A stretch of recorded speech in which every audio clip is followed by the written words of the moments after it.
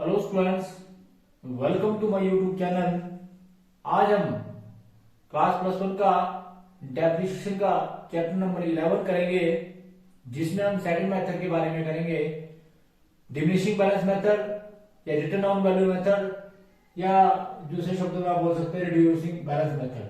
तो जिस मेथड की बात हम कर रहे हैं उस मेथड के अंदर आज हम जो है diminishing balance method, diminishing balance method is also called reducing balance method.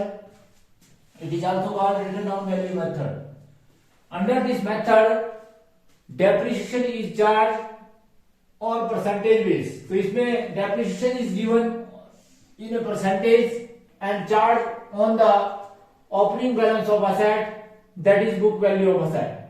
जब भी कभी इस विधि के अंतर्गत ह्रास लगाया जाएगा, ह्रास की दर जो है वो दी गई होगी, आपको परसेंटेज फॉर्म में दी होगी और परसेंटेज बेस पर ही इस पे डेफिनेशन लगाते हैं। एस्टिमेटेड लाइफ को इसमें ध्यान नहीं रखा जाता। इसमें जो ध्यान रखा जाता है, सबसे मेन चीज है तो बड़े ध्यान से आपने समझनी है कि जब भी आप इस विधि के अंतर्गत डेफिनेशन लगाते हैं तो आप किन किन बातों को ध्यान में रखते हैं। नंबर 1, कॉस्ट ऑफ असेट, जो आपको स्ट्रेट लाइन मेथड के अंदर भी बताई थी कि कॉस्ट ऑफ असेट का मतलब है कि purchase price plus any type of expenses incurred in the establishment of any asset is called cost of asset। तो किसी संपत्ति को खरीदने के लिए जो लागत आई और उसको एस्टेब्लिश करने के लिए जो खर्चा आया वो उसके मूल्य में शामिल किया जाएगा। स्क्रैप वैल्यू को इग्नोर किया जाएगा। स्क्रैप वैल्यू अगर दी भी हो तो उसको नहीं लिया जाएगा। अमाउंट ऑफ डेप्रिसिएशन लगाने के लिए cost of asset into rate बटा 100 इंटू टाइम्स का जो है वो फॉर्मूला लगेगा और स्क्रैप वैल्यू को इसमें ध्यान में नहीं रखा जाएगा। एस्टिमेटेड लाइफ को भी जो इसमें ध्यान में नहीं रखा जाएगा। इसमें रेट ऑफ डेप्रिसिएशन इसमें गिवन होगा। तो पहली बात आपने जिसको बड़े ध्यान से समझनी है कि under this method depreciation is given in percentage form. तो परसेंटेज फॉर्म में आपके पास दिया होगा and depreciation is charge against opening balance of asset और that is the book value of an asset.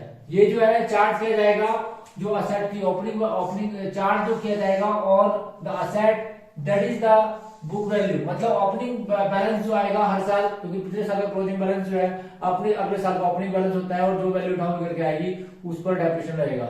जैसे फॉर एग्जांपल आपने जो है वो 50,000 की कोई मशीनरी खरीदी, उस पर जो है आप 10% डेप्रिसिएशन लगा रहे हैं, तो 50,000 का 10% तो आपका होगा 5,000। तो हर साल जो है डेप्रिसिएशन 5,000 लगेगा। तो पहले साल जो है वो 5,000 लगेगा, ये मतलब फर्स्ट ईयर जो है 5,000 लगेगा।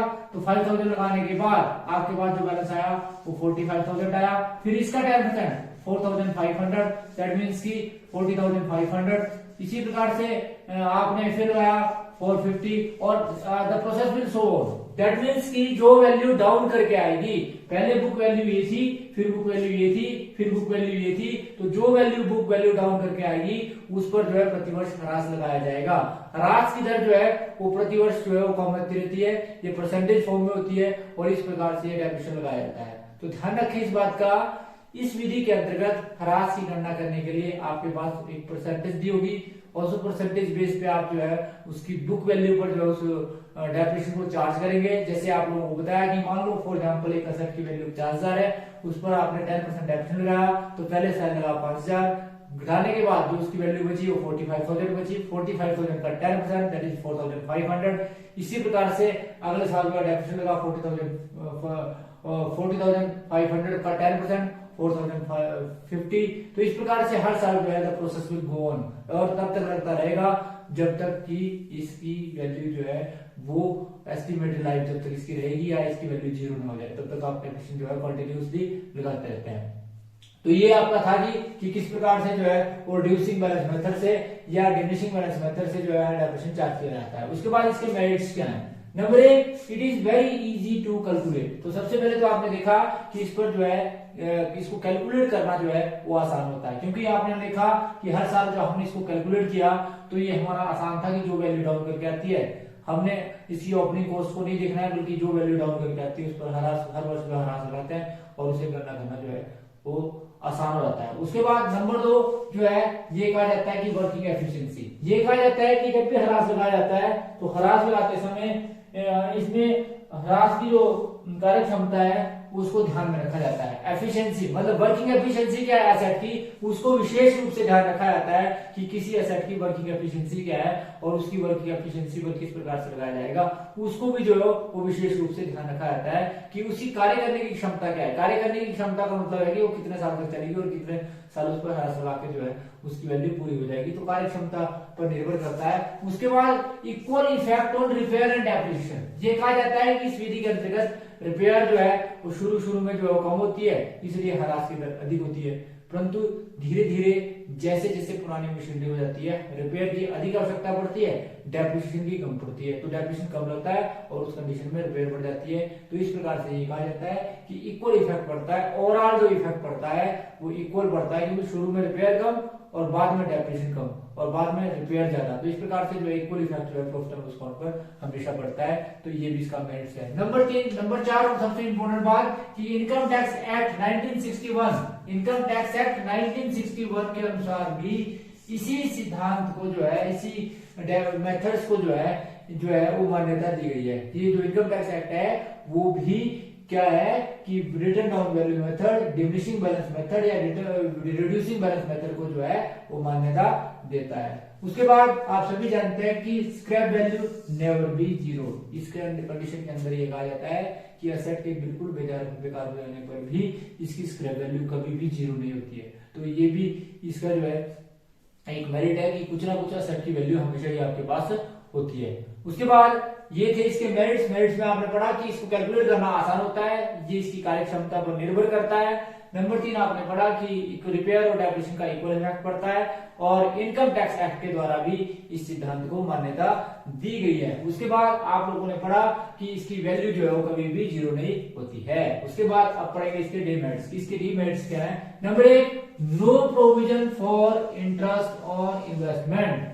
जैसे स्ट्रेट लाइन मेथड के अंतर्गत भी इंटरेस्ट ऑन इन्वेस्टमेंट का कोई भी प्रोविजन नहीं था, इस विधि के अंतर्गत भी इतना बड़ा अमाउंट जो आप एसेट में लगाते हैं उस पर आपको किसी प्रकार का इंटरेस्ट नहीं मिलता और ना ही उसके लिए कोई प्रोविजन होता है, तो ये इसका बड़ा डीमेरिट्स माना जाता है। उसके बाद दूसरा है no provision is made for the purchase of new asset, कि अगर जब एसेट बिल्कुल बेकार हो जाएगा तो उस एसेट को खरीदने के लिए हमारे पास पैसा कहां से आएगा, इसके लिए कोई भी प्रोविजन नहीं बनाया जाता। तो दूसरा डीमेरिट्स ये है कि no provision is made for the purchase of new asset, कि न्यू एसेट को कहां से खरीदा जाए इसके लिए कोई भी प्रोविजन नहीं बनाया जाता, तो ये भी इसका डीमेरिट्स है। उसके बाद difficulty to determine the appropriate rate of depreciation, कि रेट ऑफ डेप्रिसिएशन क्या होगा, कि इसका रेट ऑफ डेप्रिसिएशन क्या होगा एप्रोप्रिएट, 10% लगाना, 5% लगाना, 20% लगाना, 25% लगाना, ऐसा भी कोई आपका स्टैंडर्ड रूल इसके अंदर नहीं बताया गया है, तो ये भी इसका डीमेरिट्स है। उसके बाद ये बोलते हैं कि जो आपकी स्क्रैप वैल्यू है वो कभी भी जो है वो इसके अंदर जीरो नहीं होती है, तो ये भी डीमेरिट्स है कि भी एसेट हमारा जो एलिफ उसको मैंने कोई ना कोई मूल्य दिखाता रहता है, तो इसकी एसेट की वैल्यू कभी भी जीरो नहीं होती है।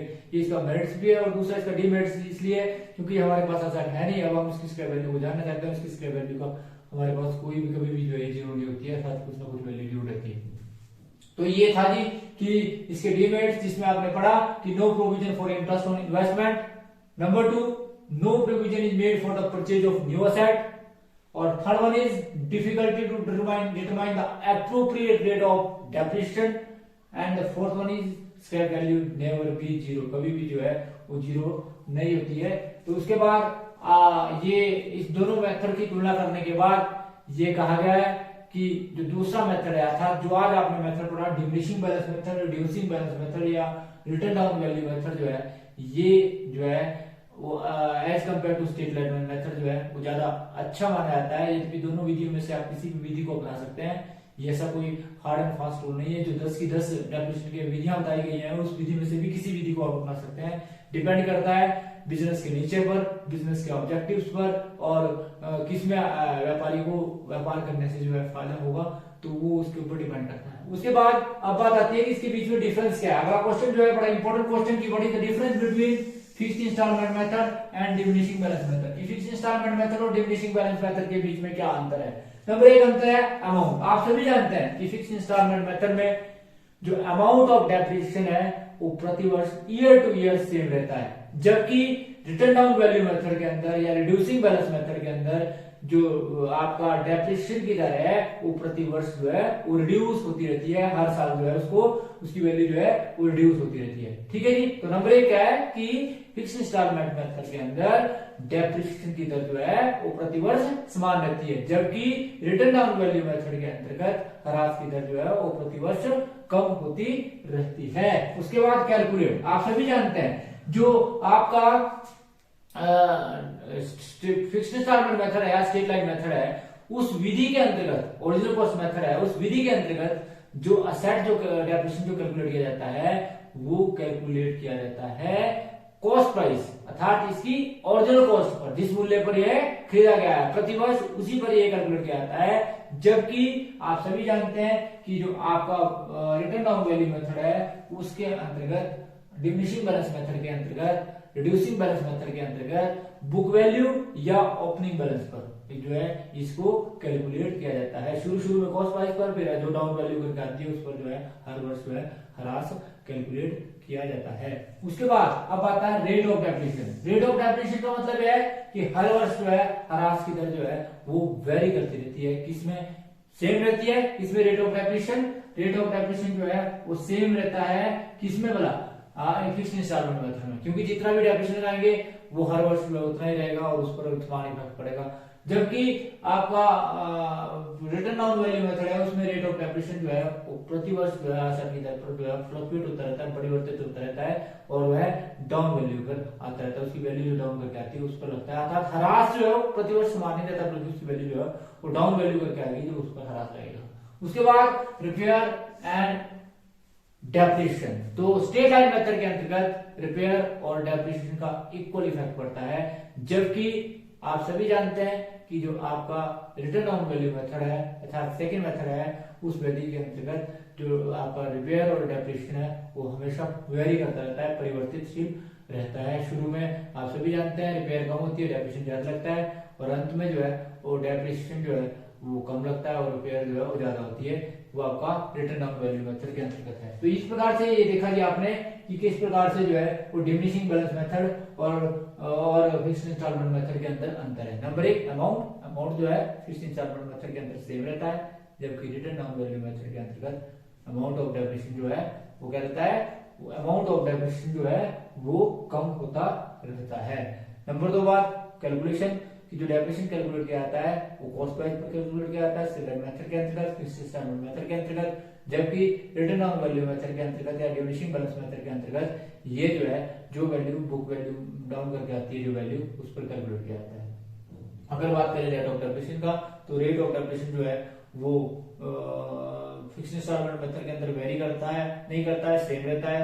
अर्थात ये रेट ऑफ डेप्रिसिएशन जो है रेट ऑफ डेप्रिसिएशन का इस बात का ध्यान रखें कि रेट ऑफ डेप्रिसिएशन जो है फिक्स्ड इंस्टॉलमेंट मेथड के अंतर्गत डाउन होता है, मतलब जो वैल्यू होती है ना रेट ऑफ डेप्रिसिएशन जो दिया होता है वो जनरली फिक्स्ड इंस्टॉलमेंट मेथड के अंतर्गत रेट ऑफ डेप्रिसिएशन जो दिया हुआ, जैसे फॉर एग्जांपल 10% 5%, तो मतलब अगर फिक्स्ड इंस्टॉलमेंट मेथड अपनाते हैं तो ये कम दिया हुआ as compared to written down value method. जैसे रिटर्न डाउन वैल्यू में 20% दिया हुआ तो फिक्स्ड इंस्टॉलमेंट मेथड में 15% दिया हुआ। इसका मतलब है कि रेट ऑफ डेप्रिसिएशन हमेशा फिक्स्ड इंस्टॉलमेंट मेथड के अंतर्गत, स्ट्रेट लाइन मेथड के अंतर्गत, ओरिजिनल कॉस्ट मेथड के अंतर्गत हमेशा डाउन होता है, जबकि ओरिजिनल कॉस्ट मेथड के अंतर्गत जो आपका जो जबकि डिमिनिशिंग बैलेंस मेथड के अंतर्गत या दूसरे शब्दों में आप बोल सकते हैं रिटर्न डाउन वैल्यू मेथड के अंदर या रिड्यूसिंग बैलेंस मेथड के अंतर्गत रेट ऑफ डेप्रिसिएशन जो है हायर होता है। जैसे 5 से उसका 5% तो उसका 10%, इसका 10% तो उसका 12%, उसका 12% तो उसका 15%। तो इस प्रकार से जो है